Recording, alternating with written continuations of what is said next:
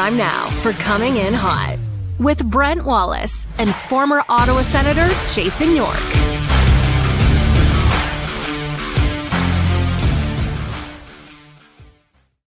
Hello, everybody. Brent Wallace alongside Graeme Nichols today, as Jason York is flying south to Florida. So, Graeme, thanks for stopping by. Nice to see you again. Yeah, no problem, Wally. It's a pleasure to be here. I haven't seen you in a while. Like, you haven't been around rink as often lately. What's going on? I am a busy man. I have many things to do. But I did bribe you to get you on the show. So that's basically why you're here. I gave him a mug, and so therefore I said you had to come host the show with me. There you go. Yeah, appreciate it. It's an awesome mug. It's very nice. Appreciate the swag. Yeah, anytime. Big win last night for the New York Islanders. We'll just get right into it. As always, this show brought to you by Bet365. It's never ordinary at Bet365. I didn't know how this was going to turn out at the start of this game. It was awful, Graeme. This was like, I've watched many New York Islander games back in the day in Long Island. This felt like one of those slow, grinding games. Yeah, it was put the toothpicks in, keep the eyes open. It was hard to watch. It was reminiscent of watching like a Sens Devils game from like the mid 90s. It was just, the vibes were awful. And I know it's like, I don't know if that's like a characteristic of like Lou Lamoriello teams. But it was hard. It was hard to watch. And it's tough because like Matt Barzal, like just objectively speaking about like entertaining players around the league, Matt Barzal to me is one of the most interesting and entertaining players to watch because of his edge work, his skating, his vision with the puck. And like you couldn't even notice him last night. And I don't know if that's a credit to Ottawa or just the way that the Islanders are playing lately. But yeah, it was from a pure entertainment standpoint. It was terrible. But the game's over. They got the 2 points. Levy Merlines continued his hot stretch. And in that sense, it was a great night. Well, yeah, and we'll get to goaltending in a sec, as I think a lot of people are pleasantly surprised to see Levy Merlinen now posting 2 shutouts. Ottawa was 7 on the year, which is the most they've had in the last 3 years combined. But let's look at this game. Adam Gaudette scored his first. Maybe he should just play the New York Islanders as his last goal was against the Islanders. I think that was 16 games ago. Yeah, it was early December. Yeah, December 8th. Artem Zub hammers home. Okay, it was an empty netter, but he got his first goal of the year. And you know what? Like Shane Pinto, I thought looked really good again. Tyler Clevin in his career high 22-42 looked really good. And then Jake Sanderson didn't leave the ice after Thomas Chabot went down. That, by the way, Shabby was leaking. Oh, was he ever? Yeah, I was a little bit nervous when the goal was overturned. Chabot had only played I think he had like 6 shifts for like 4 minutes of ice time, and you're worried about that. You're worried about how are they going to react to that, and they held their own. Like they held their own, and then they did a great job. Like I thought Tyler Clevin, that was arguably I think Tyler Clevin's best game of the season last night. Yeah, and it was just impressive to see him step up and kind of embrace that role and get an opportunity to play higher in the lineup, and he took advantage of it. We'll see how it plays out. The Sens off today, so they're not skating. Obviously, Shabby's wouldn't be skating anyway, but I don't know if he's ready to go tomorrow or not. That'll certainly throw a wrench into things. There's not a lot of depth left on the blue line right now. When you looked at Jacob Bernard Docker's out, Travis Hamonic is out. Now you take out Shabby. Like that's a huge void in that blue line.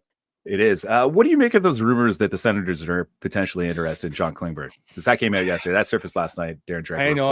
It's come up a couple times.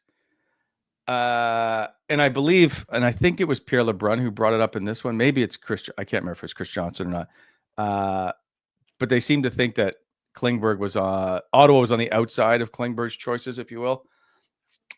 I liked him a few years ago. I don't know if he can still be at that level that he's at. So, I guess it's the price you pay. Do you obviously he brings different elements that they don't have currently on the third pairing, right? Like puck moving right defenseman. They've been rolling with Matt and Paolo. They've had Travis Hamonic and Jacob Bernard Docker at times in that role. So he brings those different dynamics, but at the same time, like not strong defensively, which kind of flies in the face of everything that this organization kind of stands for right now. And I won't tolerate your Nick, Matt, and Paolo hate. Okay, I don't have any Nick Patton. I won't take him out of my lineup right now. Yeah, fair enough. They're rolling. I was looking at the numbers. Yeah, that's fine. I totally understand. They're having success with him in the lineup. He's not Travis Hamonic, so and he only played 13 minutes last night. Yeah, But like I'm looking at like I was just out of curiosity, I was looking at the numbers this morning before coming on the show, and like I think him and Clevin have played 64 minutes together. They've only been on the ice for 35% of the total goals. Like the actual results haven't been that great. Their Corsi's 50.76, which is all right, but their expected goals is 42.24. They're not like they've been okay, but they're not world beaters. But I don't want them. I don't give a crap if they have a point. I just want them to stop the other guy. Yeah, but that's based off the numbers. That's not happening. Like aesthetically, it might look like that, but they're still on the wrong side of many of those metrics. So, but there's no chance because they haven't played that many. The difference between the home and the road, because the road is the matchups, right? Where you get to put Matt Barzal out if you want. So fair enough. Are they filled in more on the road? I'm assuming they are, since that's that's true too. But I mean, like we're also like, in fairness to them too, I think you're talking about like an extremely small sample size of games, and then if you split it even more, looking at home and road results, that small sample size is just getting smaller. But like, I don't think Matt Paolo looks out of place. I think like if you look at his skating, his gap control, I think there's moments where you can see a lot of the upside that the organization does. Like he's got a good stick, he's big, and his skating's fine. So I think there are elements of his game that are really intriguing. It's just a matter. I think you just need to see more reps, and I'm fine with that. I'm just trying to swing the stats to read in my favorites. All I'm trying to do, Graham. If you had a choice tomorrow, a healthy JBD or Nick Matt-Paolo paired with Tyler Clevin, who are you taking? I'm taking the guy who's played recently, 100%. Like Jake, when I can't even remember, like when's the last time JBD played? Like it's been take out that part. Just a healthy, healthy. You can pick one guy off the shelf. It's either one JBD game? or Matt-Paolo. Who are you putting in your lineup? Ooh, I don't know. I think you're splitting hairs at that point. Like sort of similar players, no? No, they're not. Answer the question. All right. You're busting my balls already. I'll just say Matt-Paolo, just because. I'll just say Matt-Paolo. I don't want you yelling at me. I'm caving. I'm totally caving. I don't stop yelling at me, Wally. That's how I get Yorkie to answer. He basically just agrees with me now. Bully tactics. I like. You'll figure it out as we go here. Speaking of which, this show proudly presented to you by Charm Diamond Centers. Over 85 locations across the country through Charm and their sister brands. Get custom ring building delivered in less than 4 weeks with the Charm Masterpiece program and an unbeatable pricing policy. Check out online right now. They have 50% off sales going on as they get set for Valentine's Day, which is fastly approaching. Apply for the Charm Diamond Flexity card today and get approved for no interest financing on your purchase in minutes. For more information, I should say, go to charmdiamondcenters.com. By the way, those people who are asking, Yorkie traveling to Florida, maybe he's not. I don't know if he's alive. I haven't heard from him. He is battling a man cold, so we'll see how he's doing.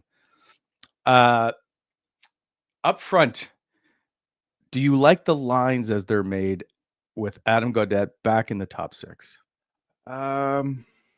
I think best case scenario, if he was in a depth role, like a scoring depth role, that might be better for him, like where he started the season on the fourth line. I'm kind of intrigued to see what happens with Josh Norris over the course of the season, because I think like he didn't look at a place in that small stint that he had on the wing with Stützle. Was that the Blues game? I can't even remember right now. It's been a minute where he played half the game. Maybe it was Buffalo. I think it was Buffalo, actually. It was Buffalo, yeah. Yeah. I thought he looked really good. I don't know if that's something that they'll revisit. I know historically Norris has played very well with Brady Tkachuk, as most people have. But I think to get the most out of Tim Stützle, I think you need someone else other than Gaudette on that line. And I don't know if Norris would be that guy or if they have to go the external route to bring someone in. But I think like if this team wants to improve their front nine markedly, I think they need to improve on Adam Gaudette. And that's not a slight to him. I think in the opportunities he's had, he's played well at times. But I mean, like he scored for the first time in 16 games last night. And I think it was starting to reach a point where like if Adam Gaudette's not scoring, he's not giving you as much as, like a two-way player, for example. And without him scoring in so long, I think I was beginning to wonder if we were kind of like nearing a point where we might see him slide out of the lineup and see someone else come up at some point. I was thinking the same. And then I'm thinking, I like Greg's play of late. It might be the bump you get from the contract extension. But that being said, that third line was their best line last night. And I thought, even though I think Zach McEwen played 5 minutes or 7 minutes, something. That fourth line seemed to make something happen every time they were on the ice. I like the bottom two lines last night. Yeah, I thought the fourth line was excellent. Especially like just giving them a bit of a heartbeat. Like at time that game was just dragging on. It was very tight. And then the fourth line would get on and then they actually control the play in the offensive zone. They cycle the puck down low. And you were right. Like I looked at their minutes last night. You're right. They played like 420 together last night. They generated like 80% of the shots, 93% of the expected goals. Like for a fourth line in a tight checking game, like that's just excellent value. And it's a credit to those guys and credit to Zach McEwen for coming up and integrating well and showing his worth. Got in a fight last night as well. And that was a good showing from that line. Was it a fight? Yeah. Are they ever fights anymore? Like, I feel like this isn't like the 90s, like early 2000s. Like it's not, I don't know. I find fights in general these days just aren't what they used to be. There's a few. Yeah. There's always one or two, but lately, like it just seemed to, anyway, there was a couple punches to the back of the helmet, I suppose. That being said, I do like their bottom six. I don't know if Zach McEwen stays and all the players who get healthy come back. I get all that, but Nick Cousins also in that bottom six he's made a difference to me. Like I don't know how many games it's been. Let's say it's the last 14, 15 games. Looks a different player than he was at the beginning of the year.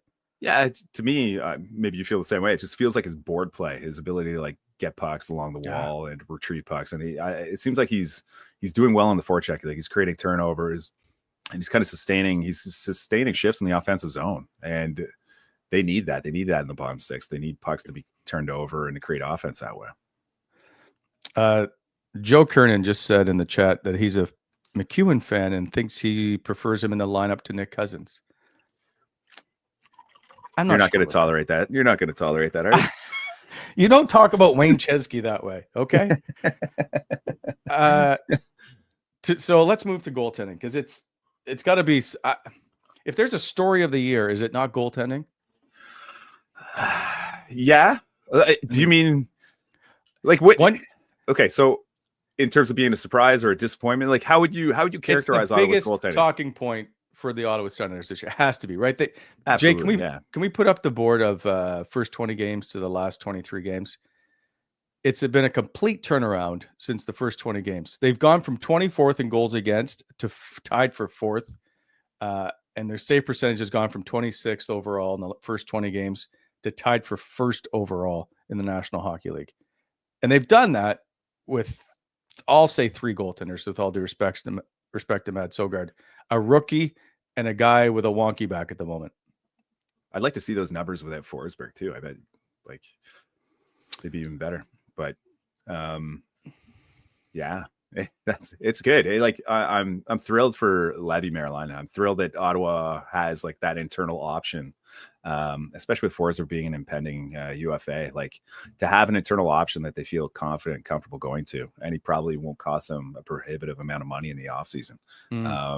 Like if he can continue his play, I think it sets up the team well, just cap wise, roster depth wise, and it's a great story. Like everyone kind of pegged Matt Sogard as being like the heir apparent to the he's got a one-way deal. Yeah, exactly. He's a big guy, and it's nice to see Levi Marilyn get that. And I think like it goes to show you, like I think he's like 6'2", like he's still a relatively large goalie, but goes to show you like athleticism still counts in the modern NHL. It seems like, well, at a time when a lot of goalies and organizations are going big, athleticism wins out at the end of the day here.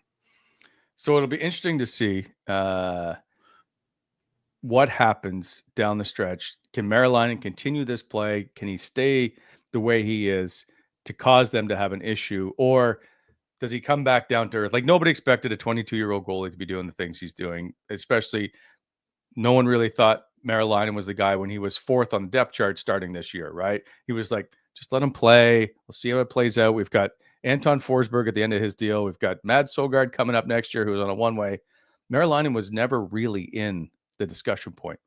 So hopefully, but he has a little bit of pedigree as well. Like he wasn't like a late round pick that kind of flourished, right? Like was he a third round? I believe he was the third rounder. But we don't talk about 22-year-old goalies very often, right? No, that's true. They sit and wait until 24, 25, it seems, and then we see if they can play or not. Yeah, fair enough. He's come out of nowhere. Yeah, in some respects, yeah, for sure. But And I think they just did it because they didn't know what else to do. You think the luck, they just fell into the luck? They're like, here? okay, you know what? Let's see what we got with Levi Marilainen right now. Yeah. Like, so there's a couple of the camps, like it sends prospects on Twitter. I follow, and he provides kind of like those prospect updates, just in terms of clips, highlights, and everything else. And he's been on kind of like the Levy bandwagon. His name's Henry Brown, who does the account. He's been on the Levy bandwagon for a while. I think it goes back to like last year. It's like this guy's got a chance to play, and you kind of, for a guy who watches those games regularly, you kind of take that into account. And I don't know. Like Levy played in the World Juniors with Finland a couple of years ago, and I think there is some pedigree there. It's not like I don't feel like he came out of nowhere, but yeah, like the success is unanticipated. Like I think historically, you look at like the rookie goaltenders that Ottawa's brought in over the years who've had like small sample sizes of success, like Robin Lehner, Philip Gustafson a few years ago before he got his extension. There is like small sample size of success. It's just. Where would you put him historically? Like based off what you've seen in the small sample size, like how would you compare him to other rookie goaltenders that you've seen over the past like 20 years? Where would you put him? Oh, that's a good question. Like I don't not high. Not high. I mean, his numbers look great as of right now, but no one, like people talked about Ray Emery coming up and what he could do. Robin Lehner and I think Lehner was a second round pick if I'm not mistaken. What's he going to be able to do? There were guys it felt that there were better goaltenders in the AHL that were getting more attention. Leonard had won a Calder Cup, right? Like, yep. They just did like as of right. Different moxie too, right? Like those guys had a little bit of swagger and flair to them. And yeah, I think you're right. Like a little bit more. And I just think because of Sogard's contract talks or contract, Forsberg already being here, like he just really wasn't considered the option for now. Brent. That's all. And how do you feel watching him? Like to me, I would play him every game. Yeah. To me, there's just like you watch his rebound control in his glove hand. Like I was joking about his glove hand. Like after watching like Eunice Korpisalo and Matt Murray over the past several years, like seeing a guy who can catch the puck with consistency is like it's cathartic. Yes. And there's just a calmness and his ability to track pucks, especially through traffic. It's just I find his presence just seems calming. Like there's like he's got poise and he's got calmness that maybe he's not that flashy, but he seems to be in position, making the saves that he has to. And it seems when the puck is finding him, he's just absorbing it or he's putting it away. He's not giving up bad rebounds. Like he's putting it in the corner. He's directing the puck where it needs to be safely. And it's a clinic right now. It's clinical.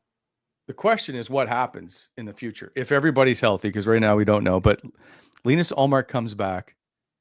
What happens to the goaltending situation? That's a great question. Because it took him a little bit while to get going last time he was injured as well, right? Like he was injured in the second game of the season, and then he came back for a stretch and was putting up some mediocre numbers, like a sub 900 save percentage. And then, he had that 7-game winning streak, and he was the talk of the town. So I think you ride the hot hand and you work Ullmark in, and hopefully at some point the tandem works for itself. So you're keeping 3 goalies on your NHL roster is what you're saying. If Carolina is still interested in Forsberg, I'm probably moving him as soon as I can.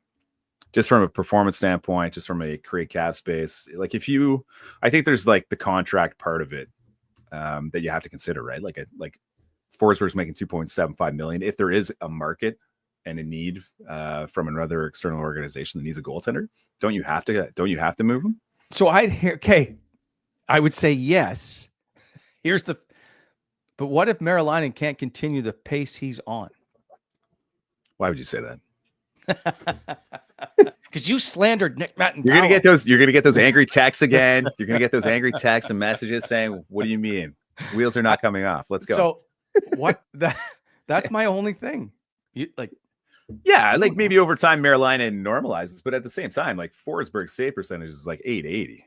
Like I know. Like, we always keep waiting. Is he going to turn? Right? He had the 2 shutouts. We're like, okay.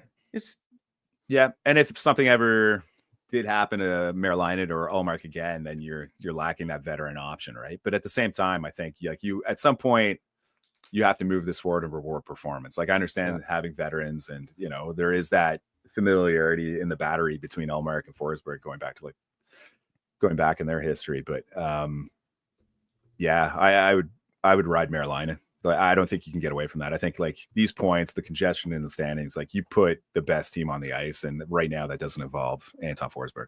So I'm just trying to sort out what you do with your goalies. And maybe you don't have to do it, and maybe you keep all three, which isn't productive, and it doesn't make for it. Like, remember when they had Ben Bishop, Robin Leonard, and Craig Anderson? Yep. Nobody was really happy.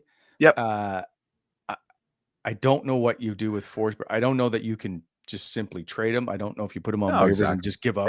And Philadelphia was trying to do that this season as well, right? Like they had the 3 goaltenders there, and it just wasn't working out, and they didn't really know what to do. And yeah, like I don't know. To me, I think the more valuable thing right now for this organization is to get a little bit more cap space. Then you can make a more impactful move towards the deadline. And I address another hole. I like if Maryline, and obviously do you expect a 925 save percentage from him the remainder of the way down the season? No, of course not. Like the league save percentage is closer to 900, and it feels like there will be like a little bit of regression or normalization there. But you know, if he can give you 900 save, like a 90 save percentage or more or better, I think you have to go with that, because Forsberg hasn't shown that he can do that consistently. And I ride the younger guy. I think the team plays better in front of him. At least aesthetically, it looks like they play better in front of him, and he's a calming presence. I think you have to go with that.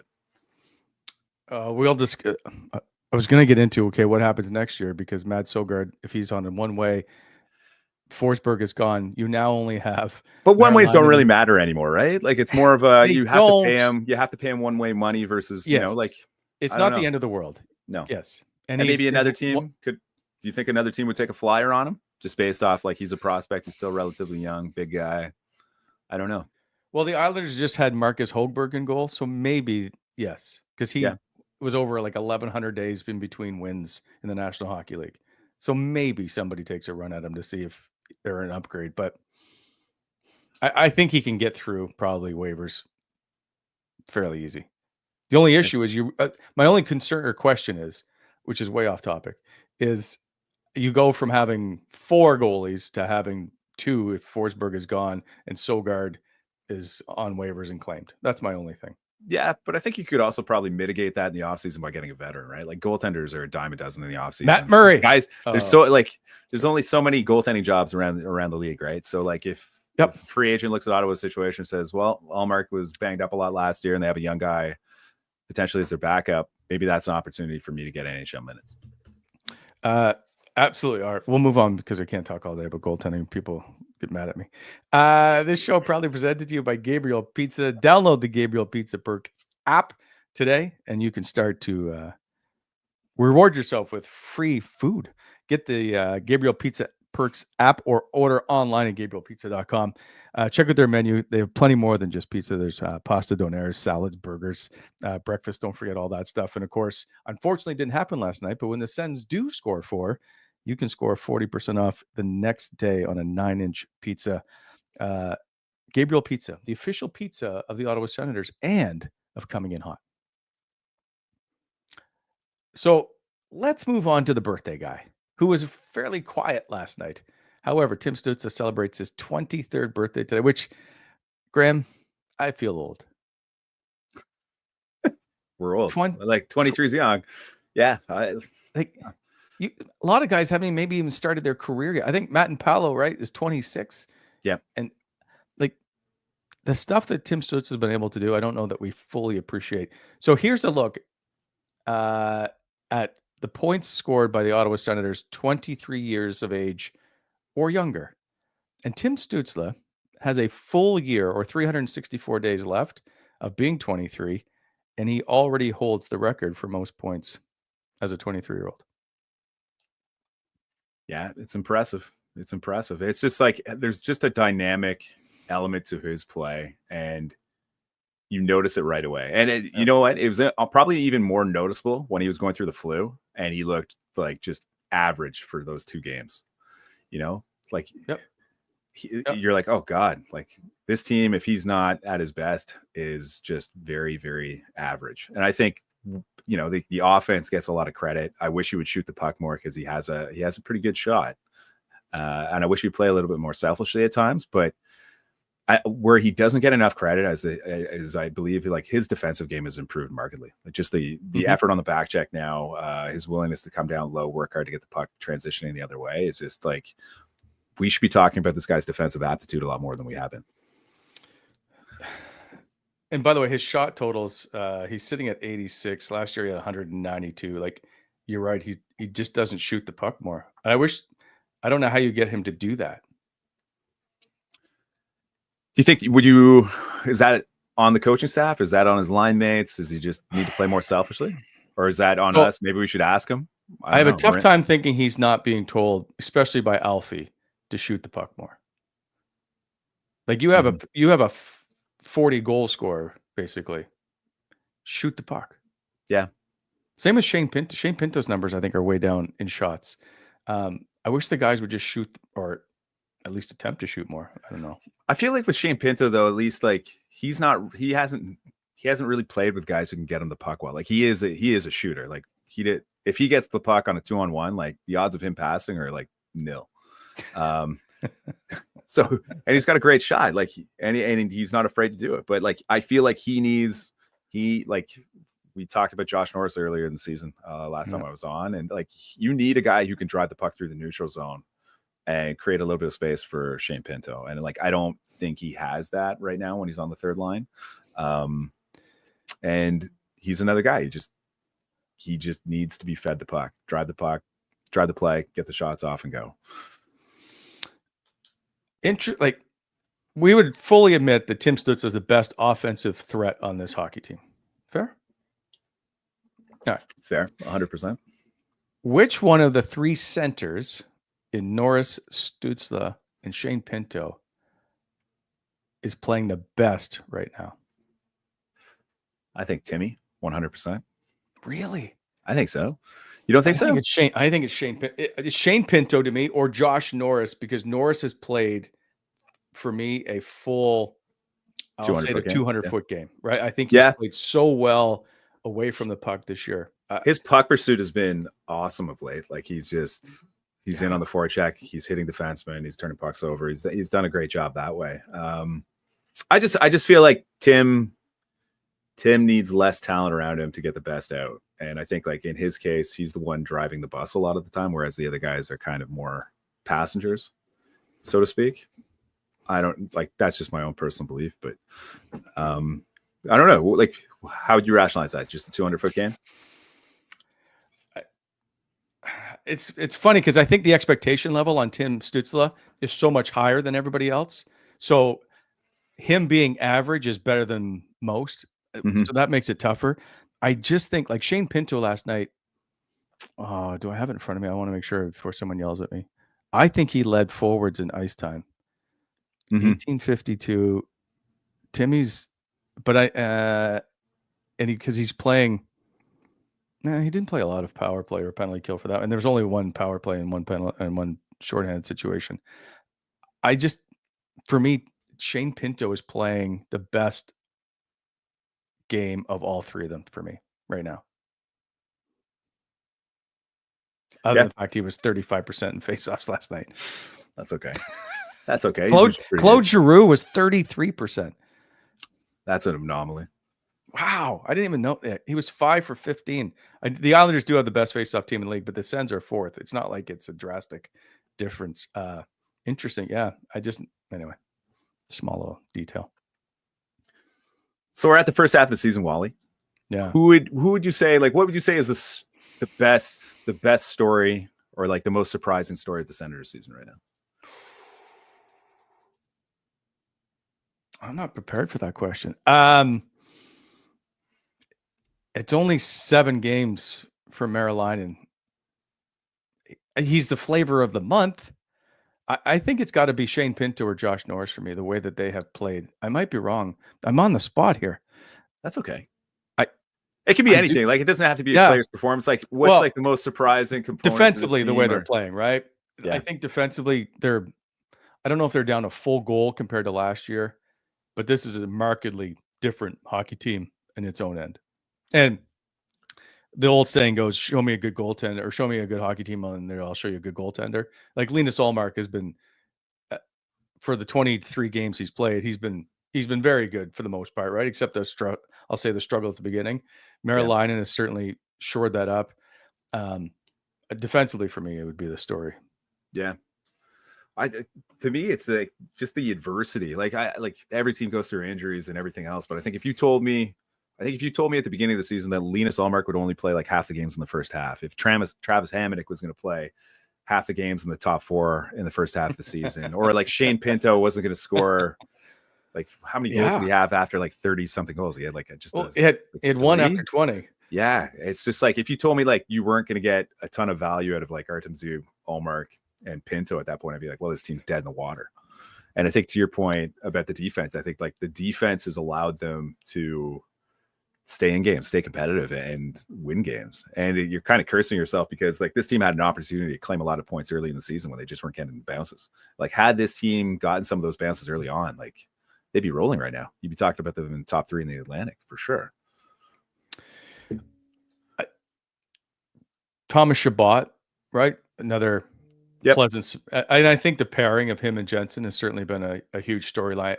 But again, the way they play defensively, if your forwards are now starting to help out and they aren't all sitting at the other blue line, it's a different hockey team. Okay. So that's biggest surprise. What would you say is the biggest disappointment? They're not in a playoff spot. I don't know. Biggest disappointment. Is there one? I guess Linus Ullmark being hurt. We were talking, I think, in training camp, asking how many games do you want to play? Is it going to be over 50 this year? Blah, blah, blah. We're hoping that he can get to 40 at this point. Yeah. Yeah. Are you concerned? Like, we don't even really know what his first strain of the season was that he sustained in Montreal, right? Like, we have no idea what that was. So training camp was was his catching hand, if I'm not mistaken. And I don't know how much that lingered, but that was the first injury. And so Montreal, I don't know if it's that or if it was a back or a lower body. Gotcha. Are you concerned about his inability to stay healthy at this point? Or you just attribute that to bad luck, misfortune? I don't like it. I know that. The only one thing I get a vibe from him is, and I don't know how to put this without people jumping all over me, Hasek type. And I mean that in the sense that I describe Dominic Hasek as a painter, if you will, or an artist, where everything needs to be exactly perfect in order for him to do it. And for Linus Ullmark, I feel it's the same way, that at 90%, he doesn't want to be in the net unless it's 100% type thing. Same with, like, remember, we all know about what happened in Buffalo in the playoffs where Alfie and Reds and Philly went to Hasek and said, we just need you to play, just stand there in goal is all I need from you. And he didn't want to do that. And I get that sense from Ullmark where he needs to be 100% fully dialed in order for him to take to the net. Yeah.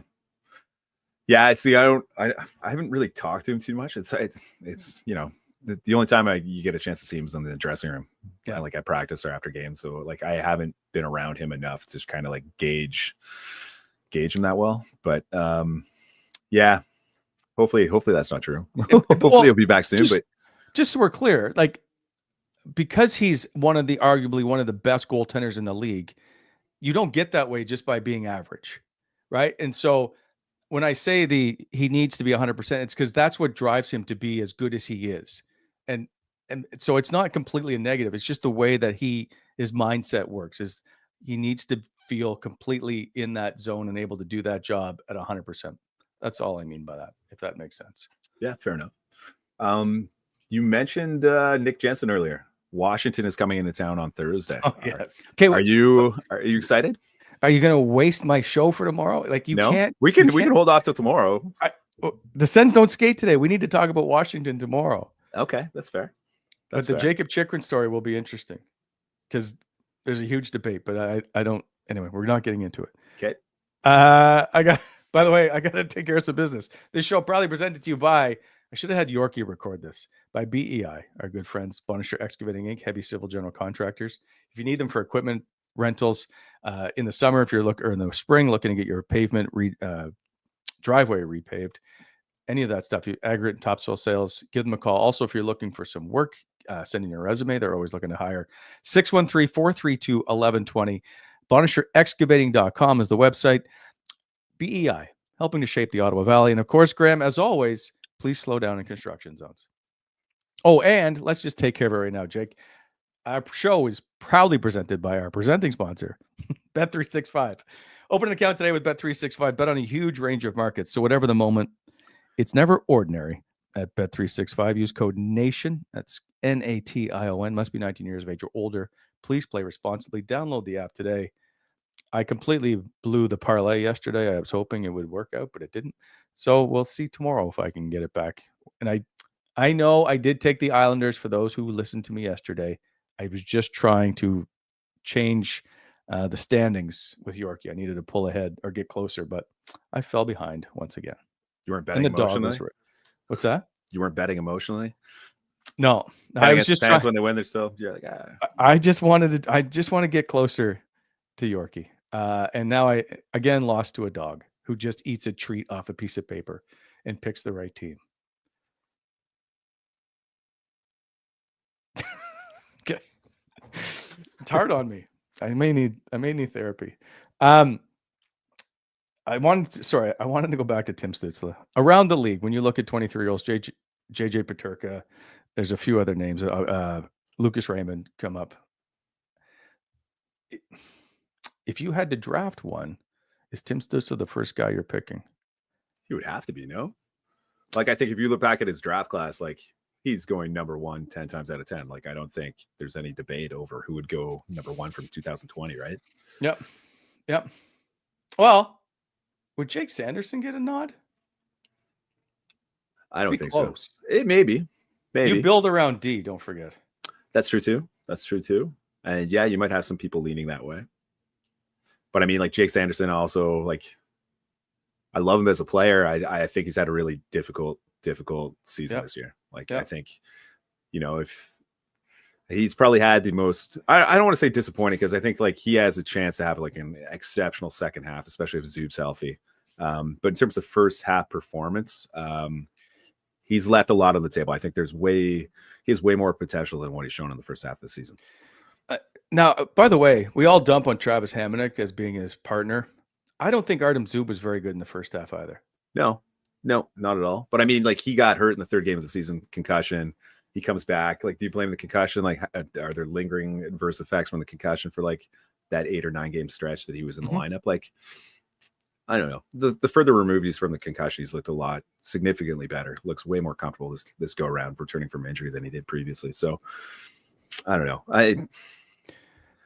He's a markedly better player than Hamonic, though. Like, you can see the performance on the ice. Like, it's night and day in terms of puck movement and support and everything else. That's the thanks, Tips. Checking the standings one last time, and that is Ottawa didn't catch a break last night as Columbus and Boston both winners, and Montreal, my Lord, I don't know that anybody really thought. In the last 19 games, they've got 13 wins, 13-5-1. They're on a tear. Can they sustain that? You hope not. They've gotten a lot of good goaltending, though, right? Like, yeah. Even Columbus, that's like the whole Johnny Gaudreau tragedy. Like, I don't think anybody anticipated them to be as competitive as they are at this point with that roster. And same with Montreal. Like, those are 2 good stories. Anyways, like Montreal, like, say what you will about the division rival and stuff, but like, that's, nobody anticipated that. And if they're competitive, it makes for a better story. It makes for more meaningful hockey that the Senators are playing in. So it is fun to watch. The Columbus Blue Jackets are 9-2-1 in their last 12 games. I just wish they could lose once or twice and let Ottawa slide in there. It makes me a little more comfortable. Are you not banking on Boston continuing their death spiral? So, sure, until last night. Yeah. And then they just drop, is it 5? Did they drop 5 on Tampa? Just when you think Boston is ready, they won 6-2. When you think Boston is, they still find a way to win enough games to stay above people. Mm-hmm. I know they're 3 games up on Ottawa as in games played. So Ottawa does have games in hand, but Boston just finds a way, as of right now, finds a way to hang in there. Yeah. Eventually, at some point, though, like they got like a negative 22 goal differential. I know. Montreal's minus 12, Detroit's minus 15. Like Columbus and Ottawa are like right there. Ottawa's plus 4. But like Ottawa, outside of the teams that are not in the postseason, like Ottawa's the only team chasing right now that has a positive goal differential. It's wild to me. That goal differential. Yeah. You think it would, you hope eventually it makes a difference. Yeah. And even if they could find a way to add some offense, perhaps. Like I know like Chicago was tossing around some names that were in the news recently. I think it was like Ryan Donato and Taylor Hall were possibly available for like draft picks. I don't know if those are avenues that the Senators would explore, but maybe that's something they would consider given Adam Gaudette. You mentioned Adam Gaudette earlier in the show. Like maybe that's a spot they look at upgrading externally. Do you want Taylor Hall in your show? On your roster?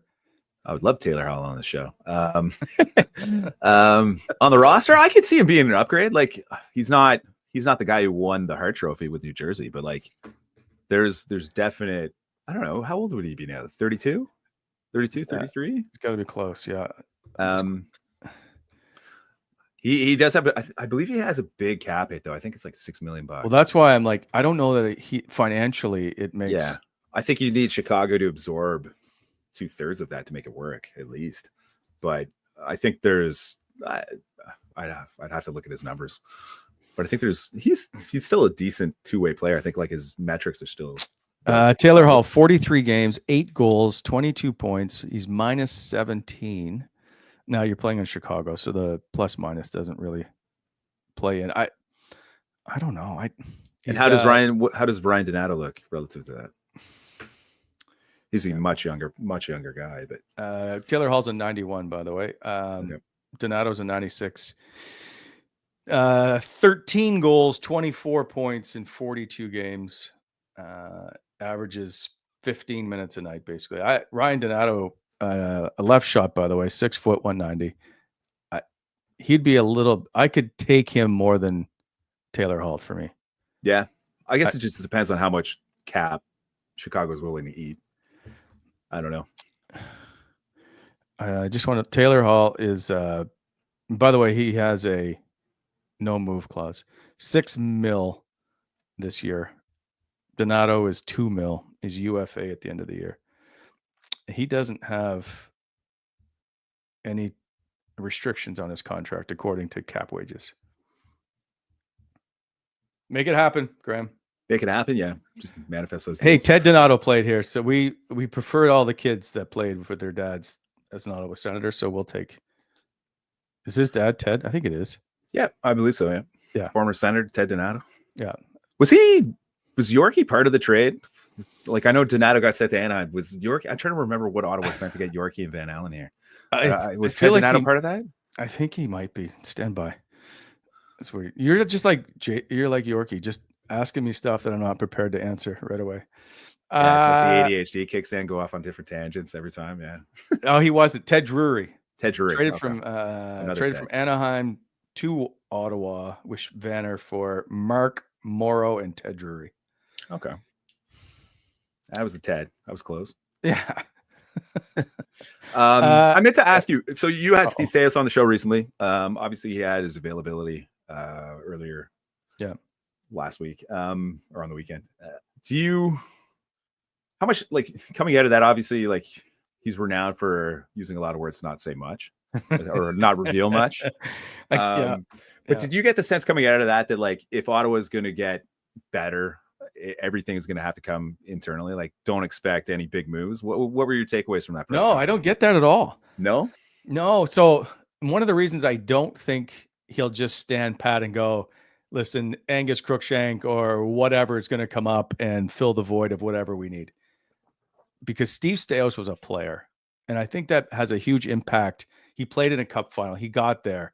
I think knowing that you have an opportunity to push this team into a playoff spot, you've told players coming into this year, we're going to do everything we can to get this team into the playoffs. We're counting on you to do your part. I will take care of mine. I think that it's such a huge mental boost to show we are with you. Here's what we're going to do to try and help you. Here's somebody we think can get you in for that push. I think he makes a move. To follow that up, what would you anticipate? Like, if you believe that they're going to make moves, do you think they have the cap space to do it? Do you think? Yes. Because looking at the roster, I feel like, and I'm kicking myself because I should have asked him this during the availability, but do you think in order to make a move of that nature, of consequence, you pretty much have to move someone off the parent roster to do it? Yes. Like money in, money out kind of thing. So how, unless maybe like they dump Forsberg to create some cap space that way, like how do you facilitate a trade of that nature? So here's what I think, because I don't know when or how this has all changed. Remember how they always just used to move people to LTIR right away? Yep. I now think you can now backdate it all, and they just leave you on the roster. Just you accumulate, eventually you accumulate days where you can just retroactively put them on, and so you end up with accruing more cap space. And I forget who just did this. Is it the Leafs? Maybe. So I think with the injuries, because right now Ullmark, I don't think is moved over. Michael Amadio wasn't moved over. Like there were a couple of guys, and so I think they have money now that they can spend. I don't think if you look at cap wages, it's as bleak as it looks. And Staios did mention, he goes, we have accrued cap space this year. Yeah, so right now I'm just looking at Puckpedia. They have Dave Perron on the LTIR. Michael Amadio is just regular IR. Travis Hamonic IR. Bernard Docker IR. Right. But no one, even Ullmark, just IR. So nothing, you're right. Like nothing. Like Gregor. There's nothing. 7 guys who are hurt. And so they just have to move those guys. They'll end up with more cap space. I think they can do, I don't know what the number is, but I feel like it's in the $5 million range. Yeah. That's interesting because, like, coming out of that press conference, I thought it was the opposite. Like, I thought, okay, it sounded like you wanted to give the internal guys options, like viewing opportunities first. But, like, I thought if this team was going to make improvements, it was going to be on, like, the fringes of the roster. They're going to try and improve their margins that way, which makes sense because, like, you look at their prospects, you look at the draft picks, you look at the fact that they might have to give up their first-round pick this year or next year. It just seems to me like they don't have a ton of draft capital to move. And like Scott Wheeler from The Athletic ranked the Senators as having like the 27th ranked farm system right now. So it's like they don't have a ton of prospects. They don't have, like, maybe there's not that willingness to move draft capital to make some short-term deals. I don't know. It all depends. If the other team is looking to try and move somebody out that they don't want around and you just need a rental for a bit. Yeah. Or maybe it's a bigger move. Maybe it is a core piece, whatever it is, to help you change the mindset and to make this team better. We all get so emotionally attached. We can't ever see just the business side of this as making the team better. And I think as a GM, you have to be all business and make the team better if that's what it takes. I'm not saying they're trading Tim Stützle. I just think if you have an opportunity to somehow make your team better, you look at it and you figure it out. So if you had to make a trade of consequence, what position? Graham. What position? Listen, are you I asked the questions on this show. Yeah. Are you trying to add a forward? Are you trying to upgrade Adam? I want this team to have another top 6 winger without question. Top 6 winger. Yeah. So you're fixing the offense. Listen, this defense to me is fine. Is it the world's greatest defense? No, but they also have shown throughout this year that they can play very well when need be. I also think goaltending is fine. I think their bottom 6 looks really good of late. I think they're generating chances. I just want to see them be able to generate more up front from their top 6. And that's basically the Adam Gaudette spot at the moment. So figure it out with whatever you have to without setting the organization back 3 or 4 years, but figure it out if you can to fill that void. Yeah. I think just looking at the roster, like I might be at the point where I'm thinking, okay, considering the congestion in the standings, like getting a top 6 winger might be incredibly difficult, or like the cost might be too prohibitive based off. Could you imagine adding Taylor Hall? Like, if Taylor Hall is who I think he can be, yeah. Could you imagine bringing Taylor Hall into the locker room and going, guys, like we think we can do this. Like the boost that you get emotionally and mentally from this is huge. He could be a good fit too because he carries the puck. Like he skates well, carries the puck that could be like the winger that Tim needs potentially. Like that might be a nice fit for him. But like Josh Norris, I think could potentially be a good trigger guy if you want to go internal, and then maybe you address the third pairing maybe you address like the right side on the third pairing potentially. I know you're a Matt and Paolo Mark right now, but maybe that's where they go, or maybe they try and do both. Okay, but what's the one void that Yorkie wants? I think it's 100. Well, yeah, I think right defense, third pairing right defense would be a spot I'd like to see them address. But okay, I'm going to throw this out to you. Yep. Every team has holes. Yep, absolutely. Right, something with every team. Ottawa's D, if you were to, I think, go through, let's say the East, because that's really all that matters at this point. I don't think it's that bad. No, I like their top four is fine, health permitting, obviously. Right. But yeah, the third pairing I think could use just a little bump. But I think like Tyler Clevin had his best game of the season last year. I think he's kind of safe in his role and spot. But yeah, I think the right side, whether you go to Chicago and ask for like Connor Murphy or something, I think like that would be an avenue worth exploring, like a good defensive guy who can move the puck a little bit. I think that maybe that's something that they would explore. But like, if you look at Ottawa's statistics and just on paper, like this team does need more offense. I don't think like that's unmistakable. Like they're one of the lowest scoring teams since the middle of November. So I think if you have an opportunity to add like a Taylor Hall or someone who can contribute, provide some secondary scoring, who has pedigree and like history, like if you could add a veteran who can score and can bring some elements to the dressing room, and go for it. Absolutely go for it. No, and I think you're right. I think you're right too. Like I think it'd be nice to see Staios kind of do a show me and say, guys, I believe you guys have had a great season defensively. I'm going to do whatever I can to help bolster this lineup and give you that final push towards the postseason. I think that would be, and the fans have been clamoring for that as well, right? Like it's been a long time. It'll be 8 years this April. And yeah, I think this team could use a push in that direction. One caveat is Staios do this without being an idiot, that like, right, without trading away a huge piece just to make a statement, and which I don't think he'll do. But I just want to just get me something that makes sense in the room and that makes sense business wise. That doesn't set the team back, just to make this one push. Yeah. And I remember when Boston, they load up, they get Taylor Hall, they bring in Nick Foligno. I think they made another move, and what a disaster it was.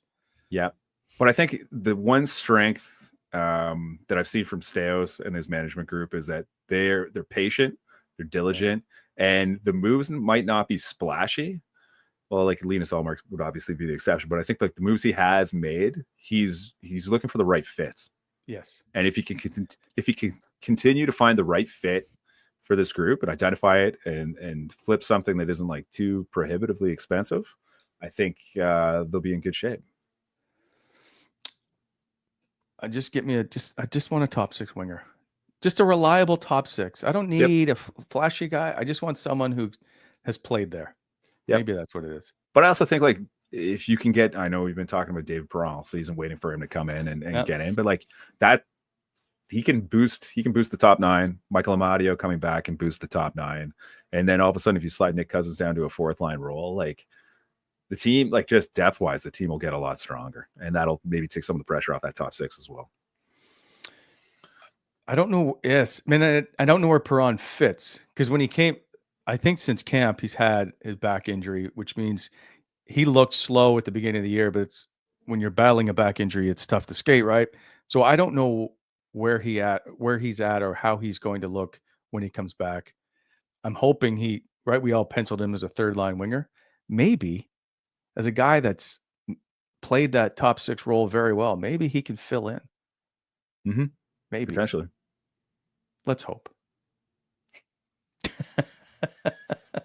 Because that's all you get at the beginning of the year is hope.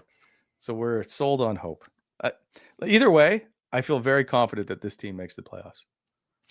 Yeah, if they can get through this month. Still in the mix, still within like a point. Maybe they're holding the second wild card, the first wild card. I believe they can catch Boston. But yeah, like the back-to-backs this month are crazy. But like this weekend is going to be huge. Yeah. Next weekend, you got Toronto and Utah at home. Those Boston games are just absolutely critical. And Washington's playing really good hockey this year too. So which blows my mind. Yeah. He's got to be Spencer Carber has to be. Is he not coach of the year at the moment? Maybe it's Columbus. Hard to argue with both of those. Like in terms of most surprising teams, for sure. I put the Capitals and Blue Jackets at the top of the list. I like Boston. Like the Capitals are one of those teams every year where like, oh, they're getting old. Like the wheels are going to fall off at some point. When does John Cooper finally get a Jack Adams? And I don't mean for longevity, but my God, what does he got to do? He's got to be a top 3 coach in the National Hockey League, and to never have won the Jack Adams blows my mind. Yeah, but the Jack Adams doesn't necessarily go to the best coach every year. It goes to the team that surprised the most, right? Like it should be the most improved team. Yeah, that's the way it goes every year. So it's just, if you can coach a bunch of stars. Remember the Rangers had all the stars in the world and they couldn't figure it out. They just kept buying stars until the salary cap came in. Is if you can take a bunch of stars and turn them into perennial winners constantly, that's huge, right? Because of all the I can't think of the word. I'm thinking attitude at the moment. All the egos in the room, getting them all to play is not easy. No. I just think he needs consideration because again, and they lost Stamkos, right? Like they lost their captain in the face of the franchise, and you replaced him with Gensel, and they're like haven't really missed a beat, right? No, and then people are like, no, Tampa. This is it. Tampa's done. They just continue to roll along. Anyway, I just think he deserves some credit. All right, Graeme. The mug is a 2-show minimum, so you will be back tomorrow to help me. Yeah, sorry for everybody who tuned in missing Yorkie. I feel like the Stefanka DaCosta trying to replace the top 6 forward. Like it's just I think he just retired, by the way. Did he? I think so. I think this was maybe his last year that he finally hung up the skates. I'd have to take a look. Where was he playing? The KHL? You liked him? I liked as a person. Yeah. We talked a lot. I saw him at the Worlds. He did deal with a medical issue that was crazy. One day, maybe we'll have him on to explain it. But yeah, he had some medical issues that were really tough for him. Oh, brutal. Yeah. So I did like him as a person. Good guy. And anyway, good. He had a great career of playing professional hockey. Until tomorrow, sir. Enjoy the rest of your day. It's a day off for the Sens. So happy birthday to Stu. Everybody sing happy birthday to him when you get a chance.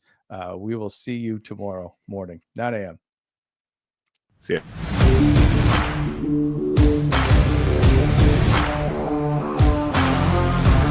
Thanks for tuning in to Coming In Hot. If you enjoyed the show, hit that like button and be sure to subscribe to never miss an episode.